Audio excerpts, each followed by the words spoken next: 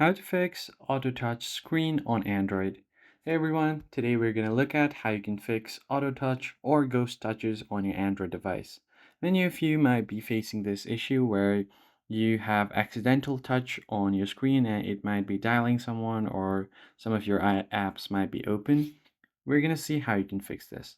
So you have two settings on your Android device that you can use to actually fix this. First thing you need to do is open up your settings menu, and once settings is open, you want to find your display settings.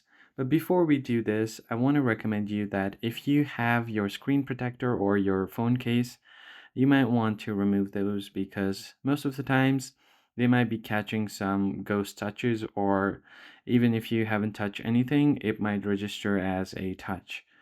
And in many cases, removing screen protectors mostly will fix the issue. Or if it has been a long time since you changed your screen protector, it might be time to clean it out, clean your entire screen, and change your protector. So after doing so, head over to display settings.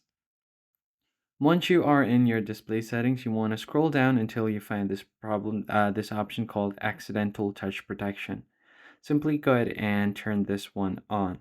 So what it does is it's going to protect your phone from accidental touches when it's in a dark place such as your pocket or a bag. This is going to help you out a lot. Then you also have this option called touch sensitivity.